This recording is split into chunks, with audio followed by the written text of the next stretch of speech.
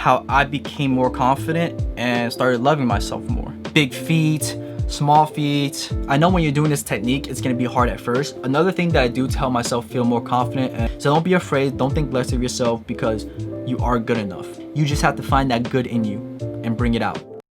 Today's video topic is gonna be about confidence, how I became more confident and started loving myself more. It might be a little bit personal, but I hope this can help you out as well. Being confident and loving yourself nowadays is so much harder than when it was back in the 90s or in the 80s, you know, when internet wasn't a thing, when social media wasn't a thing. I don't care if you're the world's greatest looking person, you're gonna have an insecurity. You know what they say about like good looking people, right? It's like they have the most insecurities. Maybe it's because they put on a pedestal and everyone's looking at them the whole time, so they have to be so much more self-aware of how they look or how they come off. But that's besides the point. The point is, everyone has insecurities. I have insecurities. It's so easy to think less of yourself when you're on social media. I'm not gonna lie to all of you because I wanna keep it real on my channel. I don't wanna give off this facade or this fake persona like I'm perfect or like I'm always confident in myself because I'm on YouTube or something. That's not the case.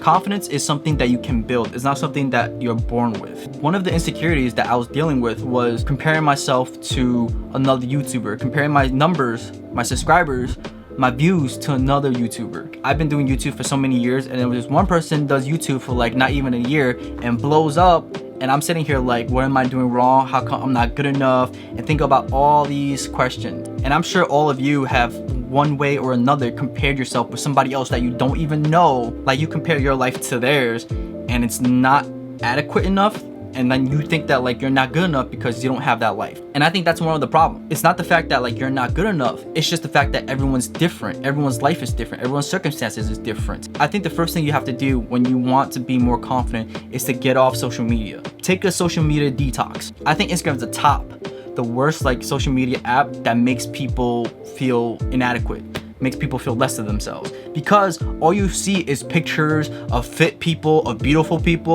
places, of what people have, you know, the cars, the houses, like the traveling. That's all you see. You don't see a social media account posting like, you know, what they look like right when they wake up, or like, you know, how much money they really have. It's always the best possible stuff, and that puts on a facade that like they're somebody great, when in reality they're no different than you. But I mean, yeah, like I always feel kind of like insecure about like my videos. Like when I watch my own videos, I kind of cringe. I'm like, and then when I watch somebody else's video, I'm like, yo, their video is so good. And then it kind of stopped me from making my own videos. You can see that I really haven't posted last year or the year before that or the year before that. Like I stopped posting for 3 years, and that's part of the reason why, because I felt like my videos weren't good enough compared to somebody else's video. Like I always watch these videos and like, yo, like I want to do vlogs too, but like I feel like my life is boring. But then like I watch somebody else's vlog and all they do is like, you know, shop, cook, do stuff at home, chores and stuff, and people watch it. And I'm like, how do they make it so interesting and I can't? Or like I'm scared to do it because I felt like it would be boring if I did it, and that made me feel inferior. And how I overcame that was to come to an understanding that like it's not about me versus them, it's about me versus myself. For instance, whatever you're doing, right, you can always compare yourself to somebody else. And I'm gonna be super brutal and honest with you. Listen to what I'm about to say. There's always someone out there that's better than you. Always. No matter what you do, you're not gonna be at the top. So when I came to that realization, I started pulling back. If I was to compare myself to somebody, I will only compare myself to myself, or to somebody who has less than me. And the reason why I say less than me is not because I want to make myself feel better or feel good about myself in an arrogant way. It's to make myself feel grateful for what I have already. When you're on social media, on Instagram, when you see somebody else who has the body that you want, or you see some beautiful girls, or that you see them traveling, or you see them with the nicest cars, you see them with a private jet, and you're like, I want that. It makes you feel so much smaller than what you really are. You know, you in yourself is already good enough. But when you compare yourself to somebody like that, of course, you're gonna feel inadequate. Of course, you're gonna feel small. Of course, you're gonna hate yourself. When I compare myself to another YouTuber who has hundreds, millions of subscribers, and I'm only at like 40K, of course I'm gonna feel small. Of course I'm gonna feel like, oh, like why should I even start? Why should I even do this? I'm not gonna get there, blah, blah, blah. And all this negative talk happens. But when I change my thinking around of like, wow, I actually got to 40K. There are people who have been doing this for way longer than I have that haven't even got here yet. There are people who put out hundreds of videos and only has 1,000 subscribers. I should be feeling lucky and blessed to even have 40,000 subscribers. All right, now I know what you're thinking. What about, self-confidence and the things that like you can't change? So in life, there are things that you can change about yourself or your situation, and the things that you can't change about your situation, right? The things that you can change about your situation, for example, your body. If you're overweight or you don't like the way you look, you think that your face is a little too round or whatnot, then maybe you can go to the gym. Maybe you can go on a diet or eat less and make yourself better that way. I know a few years back, you can see in the videos, you could just go back to the videos and go watch them from like a couple of years ago. My face was a little bit more round. I started putting on a little bit more weight and I was self-conscious about that. So what did I do? I went on a diet and I started working out. Another tip is, if you're actively trying to change your life and you're doing the same thing over and over again and it's not working, change it up. Do something else. So for instance, like if I'm on YouTube and I'm making videos and they're not getting views, I'm gonna start making videos about some other type of topic that can get me views, that can help me to grow. Don't be stuck in one way of doing something. Always try to expand and grow. Now, some of you might be like, well, what about acne? I feel like acne is genetics, and it's like in between something you can do about and something you can't do about. But I've seen people with severe acne problems that have turned it around by doing just, simple things. Eating better, drinking more water, having a dedicated and rigorous skincare routine. At the minimum, it should help you out. It's better than eating junk food and fast food all the time and all this greasy stuff and drinking soda.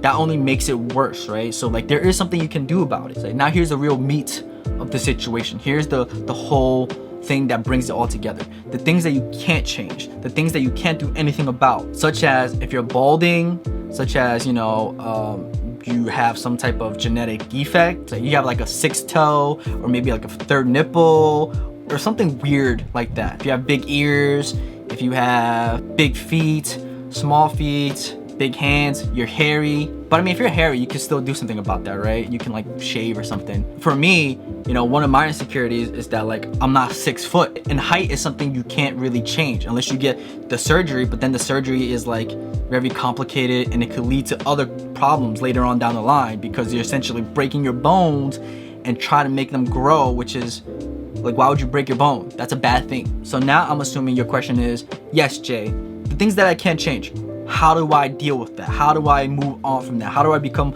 more confident about those things? And in my experience, what I can really fully tell you, you need to have a abundance mindset. What does that mean? Like abundance? How can I have an abundance mindset, right? So basically the abundance mindset is there is more supply than the demand. So for example, I walk into a grocery store and I'm like, I want a chocolate bar. And then there's like 20 different chocolate brands and 20 different chocolate bars. I get to pick whichever one I want. The reverse thinking is there's 20 different guys and there's only one chocolate bar, and we all walk in and we're like, we want a chocolate bar. That's scarcity. There's only one chocolate bar. So I'm gonna use myself as an example, right? I go up to a girl and I talk to her and she's like, oh, you're not 6 foot, you're not my type, sorry. I'm not gonna feel crushed by that. I'm not gonna feel like I'm blessed of myself. I'm gonna go find someone who's not limited to only dating people above 6 foot. And my thinking is there's more than enough girls who probably date someone under 6 foot. And that's the same mindset that you need to have. Whether you're a girl or a guy, you always have to think that like there's somebody out there who will find you attractive, who will find you good enough, who will find you worth it. If you're a guy and you're going bald, own it. There's gonna be some girl out there who digs bald guys. If you're overweight and you don't want to do anything about it and you feel good about yourself being overweight, own it. There's people out there who like somebody on the heavier side, who like somebody with a little bit more cushion on their body. Like, if this person doesn't like me, fine, I'll go find somebody else. Not a problem. You just one fish in a sea full of fishes. And you can take that same mentality from, dating into like anything else. If you're applying for a job and you get rejected, who cares? There's gonna be millions of other companies that's looking for somebody. Being confident isn't always about, I'm the best, I deserve this, I'm, whatever. And to me, that's not confidence. That's being arrogant, right? That's arrogance. What confidence is being able to put yourself out there, and whether you get rejected or not, you're okay with it. That's confidence to me. That's true 100% confidence. If you go apply for a job and they reject you, or if you go up to a girl, or if you go up to a guy and they reject you, okay, cool, have a nice day. There's somebody else out there. There's another job out there. There's another company out there. At least that's how I feel. I know when I started making YouTube videos again, and and I started putting out videos consistently, I started losing subscribers. And when I started losing subscribers, that's made me feel a little bit self-conscious. It made me feel a little bit, you know, less of myself, because I'm like, oh, like maybe my content is not good enough. Maybe people don't want to watch me anymore. Maybe I'm boring, maybe blah, blah, blah. But then I switched my thinking around. Like, for every one of those subscribers who left, there's probably going to be a new subscriber that takes their place. There's probably going to be 2 new subscribers that take their place.